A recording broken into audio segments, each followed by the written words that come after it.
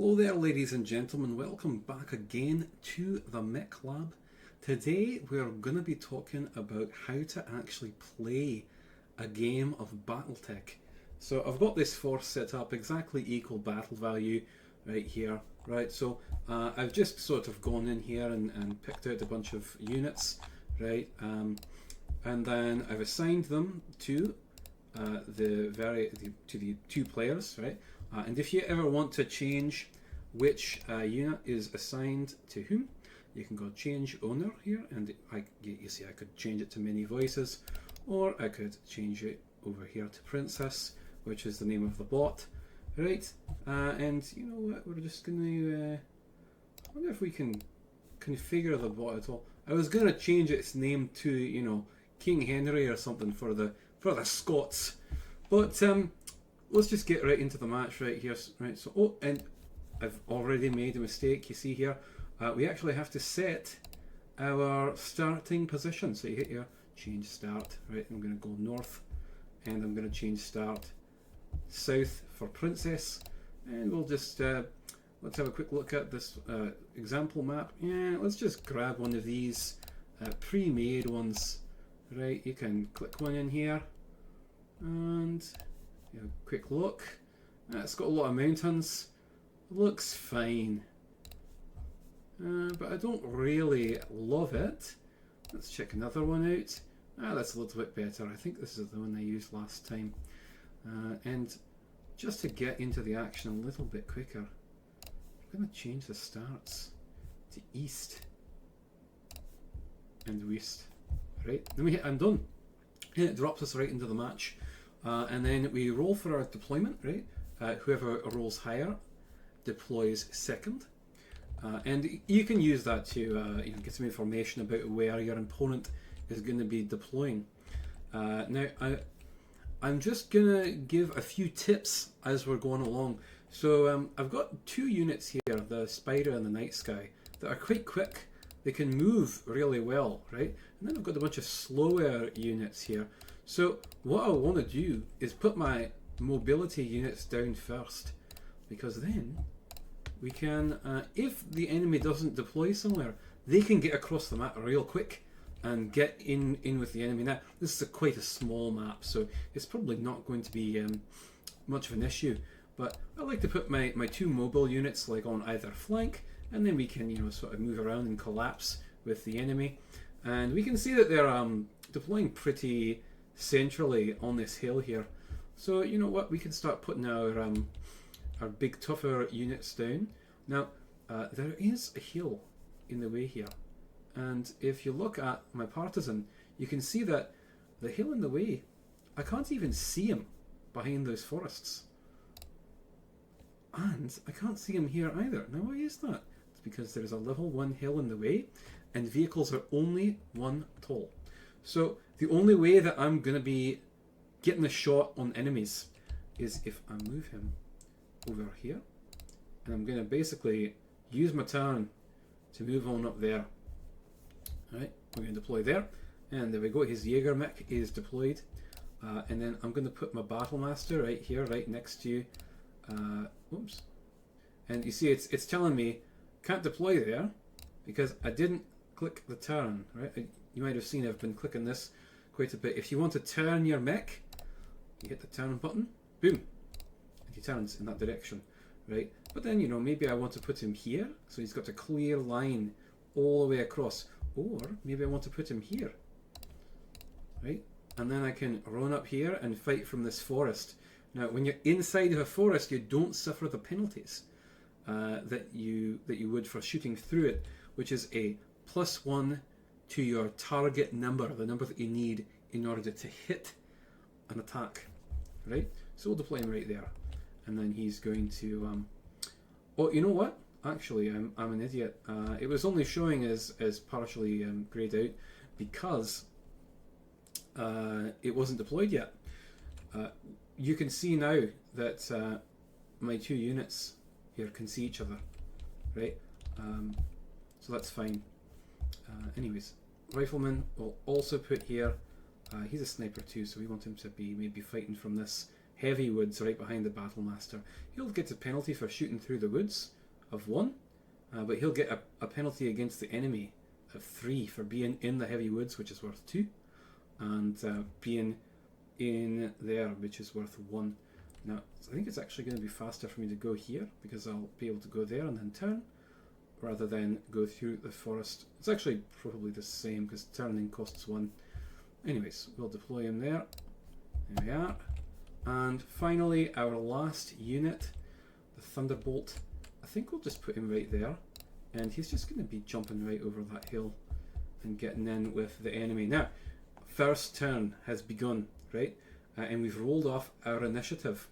Now, both of our sides have a bonus to initiative because of a command console. It's a piece of equipment that both of our Battlemasters are carrying. But Princess has 1, which means that I go first, right?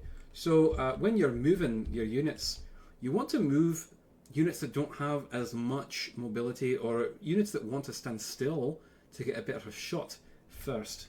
Because if you move all your fast units that are able to flank around and things, then the enemy knows where they are going. The Battlemaster can only go in a few places, right? It's got a 4-6 movement profile. So it could run over here maybe, or it can run up onto this hill. Those are basically the only places that it's capable of going. The Spider though, the Spider could move, oh, let me click on the Spider. It has 8 or 12, it can run 12 hexes, so it could run here 1, 2, then turn for 3, 4, 5, 6, 7, right, and then turn again, because you can't run off the edge of the map. Actually, we'll go here for 8, right, and then we can go turn again for 9 into this square, 10, 11, 12. I could run all the way over here and kick this Scorpion, right, and kicking tanks is a great way to take them out.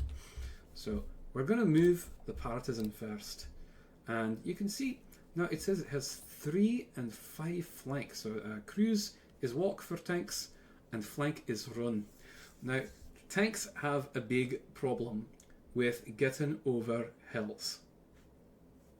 So any hill takes 1 extra movement for any mech to move over, but for vehicles it takes 2 for every change in height, and I don't think that they can go up more than 1 height at a time.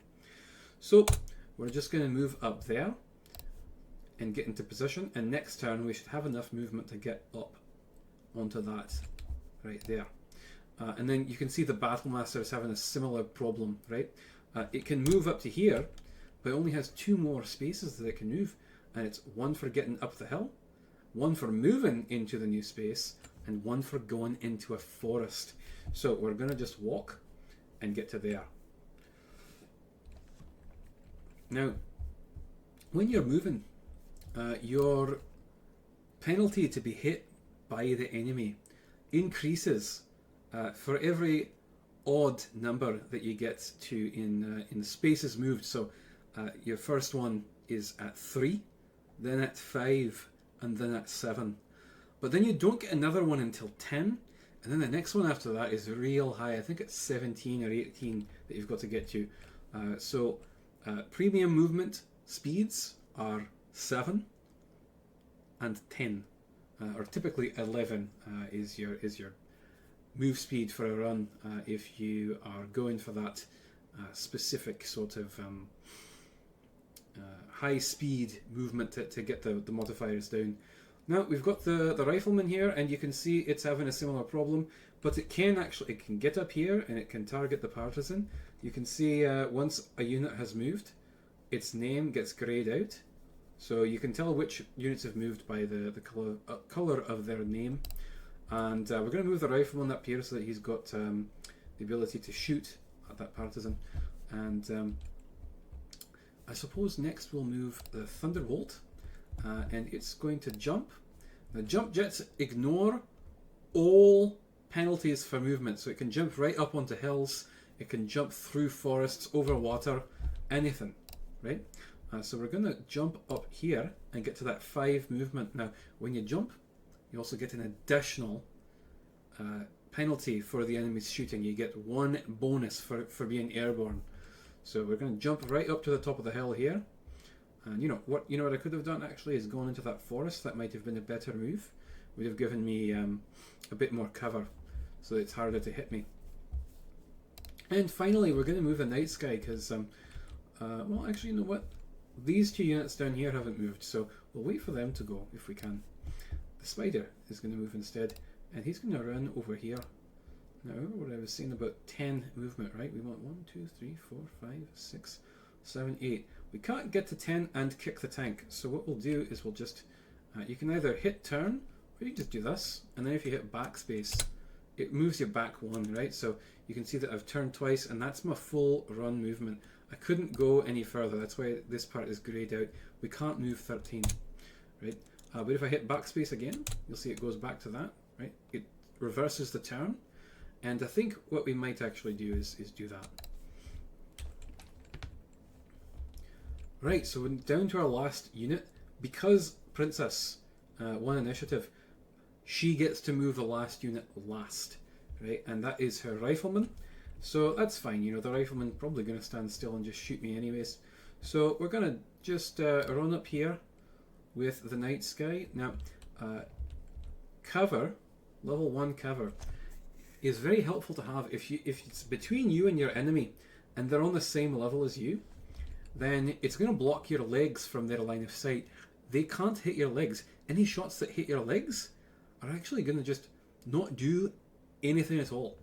But what I kind of want to do is make it so that the night sky is a bit harder to hit. Now, running imposes +2 to my hit targets, as opposed to just, you know, 1 for walking. And you can see as soon as you move into your running distance, it immediately turns yellow from green, right? So we're going to move down here. The Battlemaster won't be able to shoot at us, which is very helpful, because this thing is equipped with precision ammo, which makes it easier to hit moving targets. So it's on to the shooting phase now. Every unit has moved. So now we've got all of our shooting to do. So I'm going to look at all of the targets on the map that I've got here, right? And we'll see who can shoot what.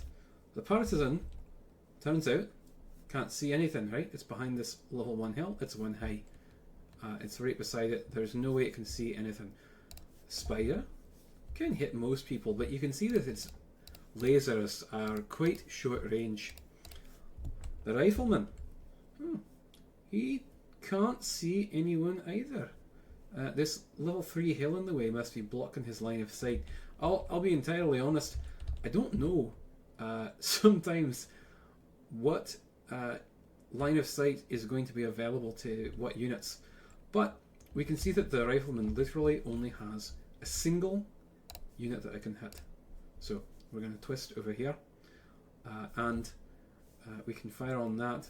I think the Spider is also going to fire on it, so we'll use these lasers. They do a variable amount of damage. I think at close range they do 9 damage, so they're going to fire twice into there. And you can see that the Spider is no longer green. That lets you know that it's had its turn shooting.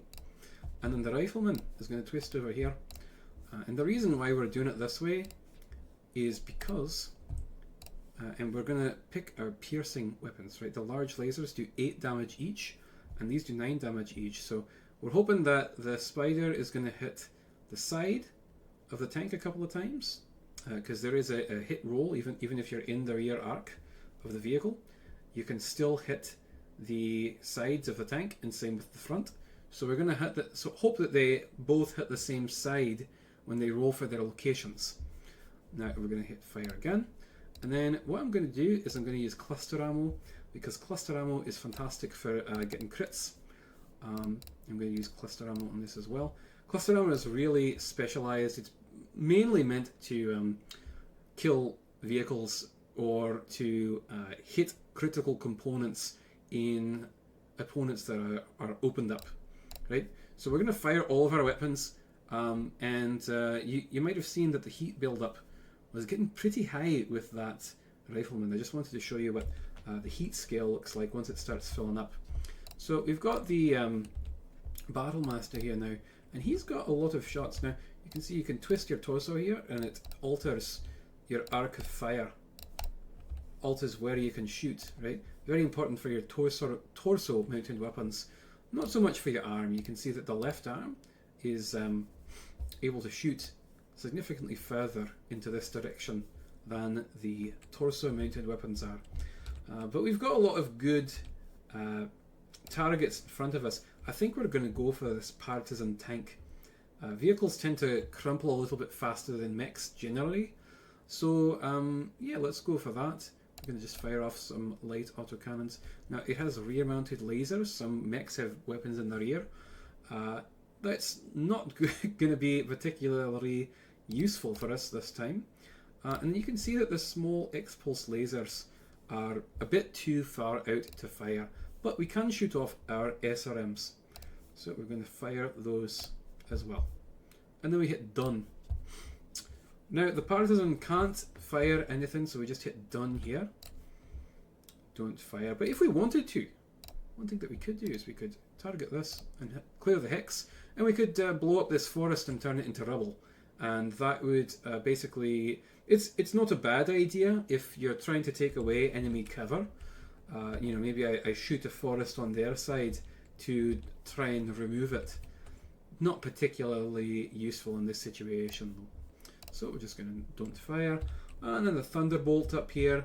Let's continue to keep firing into that partisan tank. We're going to fire that. And we're going to fire one medium laser. And then we're going to fire off the MMLs. You can see that the heat and damage of the weapons is listed down here. Right, so these produce 5 heat. This only produces 4. And we can either fire LRMs or SRMs out of the MMLs. One of my favourite weapons, very flexible. And we can see that the range brackets are listed out here, right? Short range, no penalty. Medium range is a penalty of 2. And long range is a penalty of 4. So we're going to fire off some SRMs. Fire that. Oh, we've got to click on it again. There we go. Sometimes it's a little finicky. You've got to re-click the unit. Right, hit done there. And then the night sky. It's got a shot on this thunderbolt, but it looks like the thunderbolt ran. So it's got some movement modifiers. We're actually going to be better off firing on... let's go on the rifleman with this unit. And we're going to fire off our large pulse laser as well as an ER medium laser. And let's go down here. We don't really have a lot of other weapons that can even fire on it, to be honest. But you can see that our heat scale is starting to build up here. Right? We're at 17 out of 22. As long as you don't go over this, your heat will be 0 at the end of the round. But if you go over, you'll have some build-up heat from the previous round, and you don't want that. Because the more heat you build up, the more penalties it causes. I'll go over the heat scale specifically in another video. That'll be a quick one to go over quickly and easily. Now what you can do is you can split fire actually, and you can see that I've got a shot with my medium pulse laser here on the thunderbolt. And we can fire that off without building up any more heat. So you know what? We're going to do that, and we're going to actually fire off this ERA small laser as well. Except, pulse lasers get a penalty to your hit. It gives you -2, so you're more likely to hit to your target number. So the ERA small lasers can't hit, even though the medium pulse laser was hitting on 11s. And then we're going to hit done here as well, and that'll bring us into the attack report, you know, the firing phase report, and it gives us all of the shots and what happened. Now, when you fire off a shot in Battletech, let's say you're playing at the table with your friends, you're going to roll to hit first, right? You're going to roll 2d6, and maybe you need 8, for example. Here we need 8 with the ER large with the large laser. Oh, that was actually Princess. She fired first, right? She fired off her large laser. She needed an 8. She rolled a 10 on 2d6. So she hit a rifleman for 8 damage. And then she rolled on the location table. And the location table is just basically a random chance to hit any given part of the mech. And she rolled right arm, so we took damage to the right arm. And then the Corsair opened fire on our Thunderbolt, and you can see it missed a bunch of shots on 11s, and then the AC2s all had a better chance to hit, because this was probably in short range, whereas these were most likely in medium range, right? So it had that +2 to the target number. So she rolled again. She got left leg, center torso, left torso, center torso, right? So she fired off a bunch of shots. A couple of them missed, but most of them hit here, and they sort of hit all over the mech. And you can see it only does a little bit of damage with each shot. For autocannons, it's the number is how much damage they deal, essentially. So then we've got our Jaeger mech firing on us, and it fired off its lasers. It hit the Battlemaster. You can see it hit it in the arms once each. And then we had the Rifleman. That's Princess's Rifleman as well. It fired off and hit the right leg and center torso with the slug shots from the LBX into the Battlemaster. And then we've got the Partisan air defense tank for Princess. She's firing off at the Battlemaster as well. Now you can see that she's firing at the Battlemaster a lot, and the reason for that is that Princess will typically always take the best shot she has. So if she's got the best chances of hitting the Battlemaster, everything that can shoot the Battlemaster is going to shoot at it, right? So LB10s, I mean, everything hits. The Battlemaster had very little in the way of movement modifiers, so she just lit him up for a crap ton of damage. And our Thunderbolt, oh no, that's still the enemy Thunderbolt. That's the Partisan, and we go down. Then we start getting into our units, and we shot her. It doesn't really matter what happened. I'm just giving this all as an example, but this is very interesting, right? So we've got a piloting skill roll. She did 60 damage to the Battlemaster. 60 damage! That's a lot of damage. Now, if you take 20 damage in any round, you have to make a piloting skill roll. And it's affected if you take an additional increment of 20 damage, right? So, base 3. That's our piloting skill, is 3, right? Now, for each increment of 20 damage, we add 1 to our base piloting skill roll, and then that gives us the number that we need to roll. If we had failed to roll this 6, we would have fallen down. Falling down is not good. It causes you to take damage, and it causes you to potentially take damage to your pilot. I'll be covering that in the How to Kill a Battletech video. Now, we can have a quick look, now that we're out of the firing phase, at the Battlemaster, and you can see that its left leg got completely stripped of armour just about, and its left torso and left arm are also not doing too well. And you might think, oh, it's because there's a lot of units off to its left side, but that's actually not the case. I'll go over firing arcs at some point, but you need to be essentially back here to be hitting on the left side, or actually be over on this side here of the Battlemaster. Now, the Spider is in point blank or something, right? So now, after the firing phase, you can see it's your turn to declare physical attacks. So you can get into honourable melee combat. And we roll. We need a 5. Oh, and this is perfect. This is what I want to show you. So we needed a 5. We rolled a 4. We missed. If you ever miss a kick, your mech goes off balance. And again, you have to make a piloting skill roll to not fall down. Right? If you are kicked as a mech, it also causes you to go off balance, and you have to do the same thing. Right? Now, there is no modifier for missing a kick, so you just have to roll whatever your base piloting skill is. So in this case, it's 3, because we paid for the extra piloting skill, and we rolled a 4, and this time we succeed as well, so we don't fall down. And then we get to the very end of the turn, we get to the heat phase, right? So we look at the Battlemaster. It gained 9 heat. It sinks 9 heat. It doesn't gain any heat. Same thing with the Spider. It shot both its weapons, gained 16, sinks 16. But the Rifleman only has, I think it has 13 double heat sinks.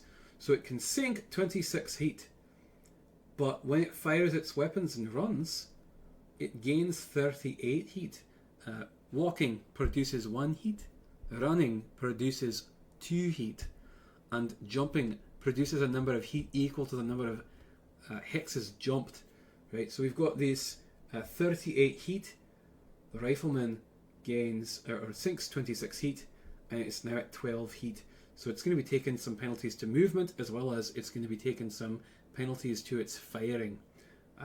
When it fires its weapons, it will take some penalties. Essentially what this means is that inside of the cockpit, the mech warrior has suddenly gotten very, very hot.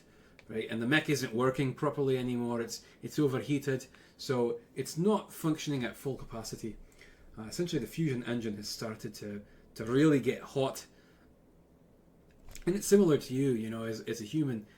When you get hot, you didn't want to go and, go for a run. You want to lie down and just fucking die. So, getting 12 heat, it's not the worst thing in the world. It doesn't explode your ammo or something. Like, I think 20 heat is the mark for that. And then the Thunderbolt, we see, gains the 7 heat there. As well for Princess. She fired off all of her weapons a little bit recklessly while running, and her Rifleman also gets 6 heat. You can see some mechs just tend to run a little bit hot. And we've rolled off initiative again, and this time Princess has won again, so I would be taking the first turn. This has been a tutorial on how to play through a turn of Battletech. I hope that it was informative. And if you have any questions or any comments, leave a comment down below, please. Like, share, subscribe if you'd like to see more. And thank you very much for stopping by. Have a lovely day.